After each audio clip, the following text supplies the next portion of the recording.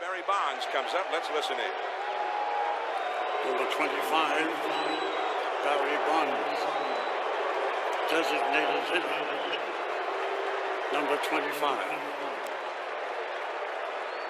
Bonds at slightly open stance, feet fairly close together, crowding the plate. The pitch, there's a long one to right field. Forget about it. This one is headed for New Jersey, high into the upper deck. Barry Bonds with a spectacular 3-run homer. And he has electrified Yankee Stadium. 3-0 Giants. And listen to the Yankee Stadium crowd as Bonds rounds the bases.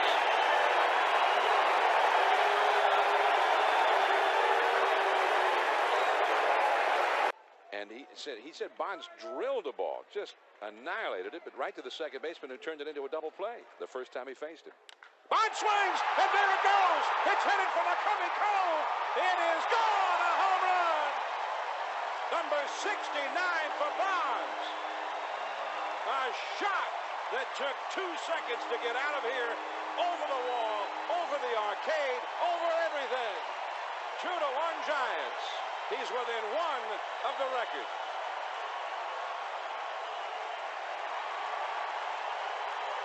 So Barry Bonds with a screamer, 69 home runs. That hit, it looked to me like it hit the very back of the arcade. Bonds with 600 career home runs. Busted his bat, Encarnacion is back. Make it 6-0-1. Can you believe it? Can you believe that? Shattered the lumber and hit a home run.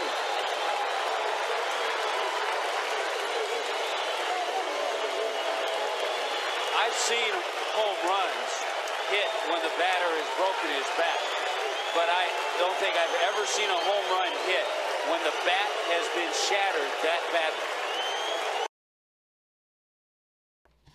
Hey, welcome back. We've got some good articles here for you. Let's get started. Kademi announces from Berlin his reform plan and hopes for a German partnership.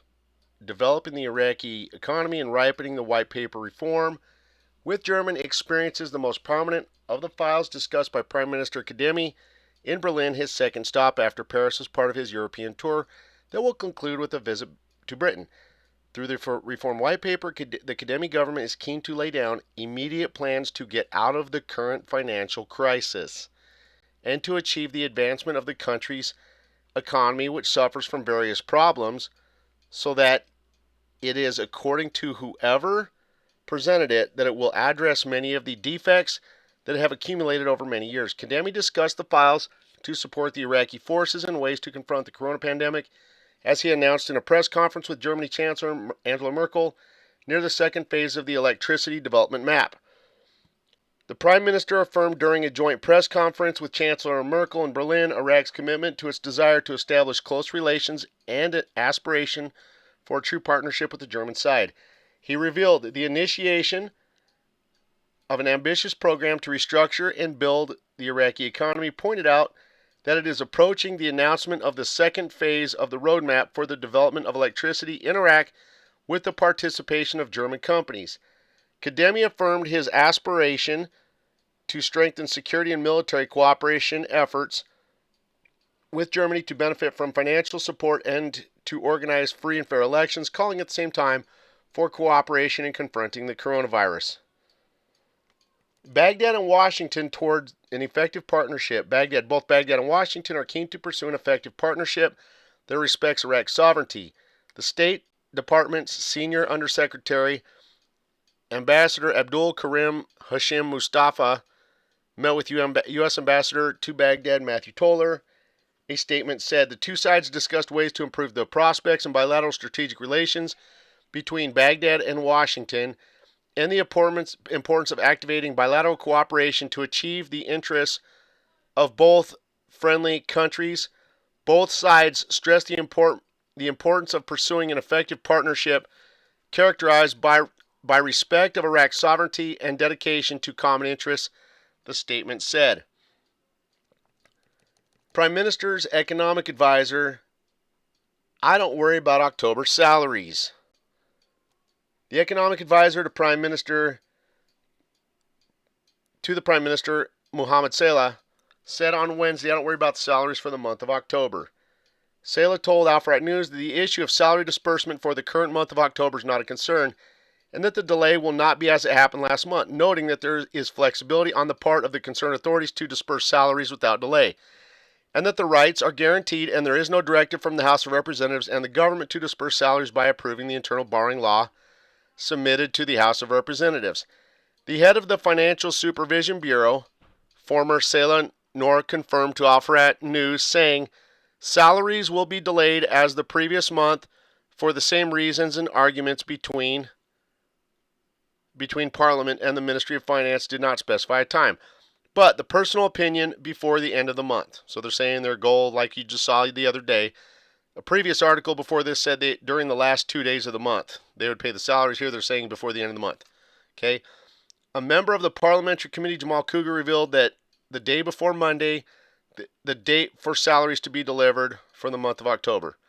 So let's look at that one more time. A member, Jamal Cougar, revealed the day before Monday, which is Sunday. Okay, and just so you guys know, I showed you and kind of reminded you again this morning, Sunday is the day that the protesters have given the government to have the actual reforms ready to go. Okay? So as of the 25th, that's the deadline for the reforms by protesters. Okay? It's also the anniversary of it from last year. But here they're saying revealed the day before Monday, that means this coming Sunday, the 25th, is the date for salaries to be delivered for the month of October, guys. I hope you're seeing this. These are key facts. The salaries will not be delayed as it happened last month, and our expectations are they will be distributed in the last 2 days of the month. Okay? Cougar told Al-Frat News, stressing that the Iraqi street and the situation cannot bear a repetition of the same scenario that occurred last September in the delay in paying the salary.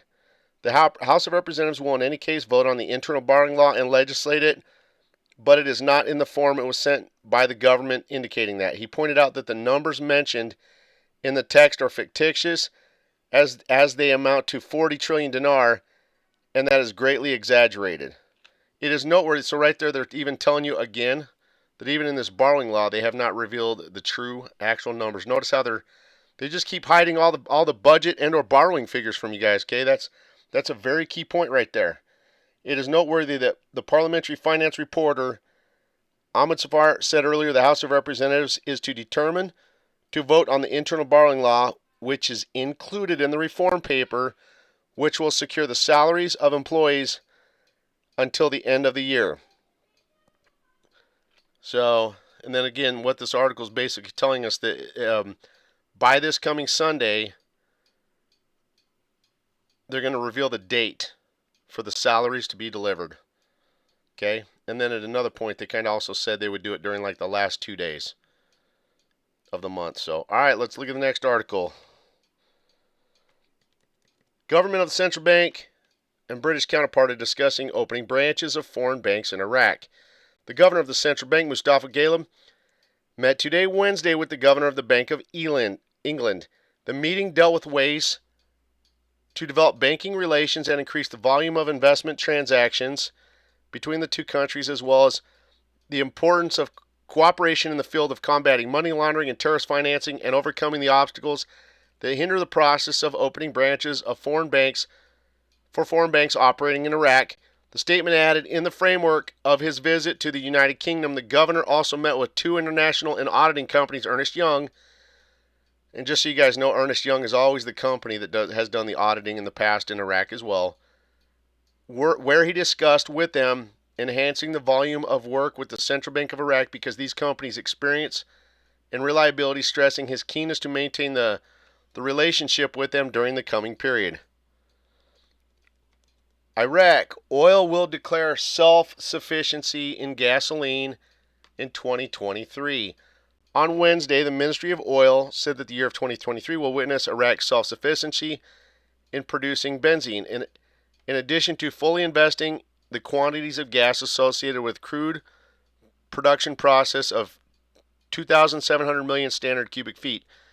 The Undersecretary of Oil said in a statement to the official newspaper that the end of the year of 23 will witness the production of quantities that met the country's need of gasoline through what is produced from the local refineries, but this matter depends on the implementation of the plans set on the ground, such as the introduction of the Karbala refinery and the rehabilitation of the Summit refinery, in addition to the introduction of new units of large number of refineries, and the addition of units help increase the quantities produced from derivatives and improve their quality. He added, the completion rate of the Karbala refinery, which is being worked on at an increasing rate, reached 88%. He pointed out that the ministry has also developed an integrated plan to rehabilitate Al Summit refineries, both with a number of 3 and as Salah Eldin, number 1 refinery in current operation with a capacity of 70,000 barrels. At the end of the year, this year will witness the introduction of Salah Eldin 2 refinery with a capacity of 70,000 barrels. And if there's a plan for rehabilitation, the North refinery is running according to what is planned, and now it is under the process of surveying and implementing all its requirements by North operation, and its capacity is estimated at 140,000 barrels. And the time of its rehabilitation will be set by determining the quality of the required materials, as well as adding production units to a number of refineries that contribute to doubling the volume of derivatives. Al-Zobi stressed the ministry's keenness to achieve the optimal investment associated gas and free gas through national effort and cooperation with sober international companies, noting that the amount of gas currently invested resulting from oil production operations amount to 1,500 million standard cubic feet, while the production reaches the total of this article is 2,700 million standard cubic feet. He added the ministry's plans aim to fully invest the remaining quantities, 1,200 million standard cubic feet, through projects under implementation and completion, and is hoped that this will be done by the year end of 23, and thus eliminate all burning operations. He explained, the ministry has also prepared plans to invest free gas from Mansouriya field in Diyala Governorate and the Crutch field in Anbar province, which is where it was referred to in the licensing rounds, but due to the security situation and the fight against ISIS terrorist groups, the contracting companies did not initiate the development process, pointing to an approach by a number of international companies specializing in manufacturing and investing gas in the 2 fields. Yunus indicated the gas reserves of Iraq amount to 132 trillion cubic feet, standard feet, noting that the ministry is keen optimal investment of associated gas and free gas to meet the country's gas and energy needs to secure the uses of electric power generation, petrochemical industries, and other industrial fields. He pointed out the remaining amount of the associated gas investment is done through the implementation of the associated gas investment project in the Nasir process plant with a capacity of 200, and the Halfaya field and the Mason Governorate to invest 300, and it is hoped that the 2 projects will end by the end of the year 2022, in addition to a project, Artawa Basra Gas, to invest 400, and the Artawa South Gas project to invest 300, to be completed by the year end of 23. Barzani, relations with Baghdad have taken a positive course, and there is an opportunity to solve problems.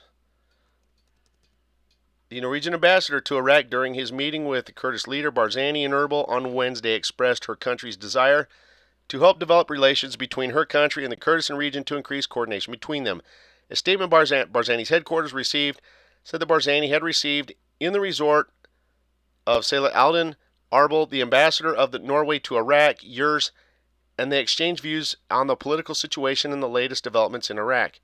The Norwegian ambassador expressed her sympathy and concern for the attack on the headquarters of the Kurdistan Democratic Party in Baghdad, as well as expressing gratitude for the sacrifices of the Kurdish Peshmerga forces in the war against ISIS terrorists. She blessed the agreement to normalize the situation in Sinjar between Kurdistan regional government and the federal government and considered it as a positive step. The statement added that the Norwegian ambassador announced that her country is part of the international coalition against ISIS and had a role in training and qualifying the Peshmerga forces, and confirmed her country's desire to develop coordination and relations between her country and the Kurdistan region. The statement indicated that Barzani, for his part, expressed his thanks for the role of the state of Norway in the international coalition for the war against ISIS and welcomed the development of relations between the two sides, indicating that with regard to relations between Erbil and Baghdad, Barzani made clear that relations have taken a positive path and that there is an opportunity to solve problems. The statement noted that the upcoming relations in Iraq, the threats of terrorism, and the security situation in Iraq, and the incident of the village of Al-Faharsha were other topics in their meeting. The Association of Banks hold a workshop on the role of banking sector in activating terrorism investment groups. Iraqi Private Banks Association, in cooperation with the Tourism Authority and the regional government, held a workshop entitled The Role of Banking Sector in Activating Tourism Investment Programs. The Central Bank of Iraq, Walid Eidi, and the representative of the General Secretariat of the Council of Ministers, head of the technical team for the financing project of the central bank loans, and a number of authorized directors from the private banks, investors, and company owners in the tourism sector. The head of the Association Private Banks spoke about the importance of encouraging tourism investment, which helps push the wheel of the Iraqi economy to get rid of the reality of fragility. The head of the Iraqi Private Banking Association affirmed his full support for the development of tourism in Iraq, pointing out the importance of investing in domestic tourism and marketing the Iraqi provinces. He also stressed that this sector absorbs the largest number of jobs and reduces unemployment, and gave his opening speech in which he talked about the plans to develop the tourism reality in Kurdistan and the opportunity for Iraq to attract tourists, foreigners, and Arabs because Kurdistan possesses the picturesque nature and security stability. So let's look at here something, guys. As of how long has Iraq been pushing and emphasizing tourism, guys? It's a brand new pattern they brought into the mix. That's because tourism does create a very large amount of jobs, and it generates a lot of revenue. Okay, there are some countries, okay, which you can research. I think Israel might be one of them, but some of these countries, guys, generate a lot of revenue off of tourism. And notice how Iraq is pushing this. Again, it's a new pattern that they have not brought forth before. So this just goes to show you they're becoming international and internationally recognized and supported. Okay, just another pattern. Okay, so good stuff. Hey, you guys are the best. God bless you guys and have a great day. Take care.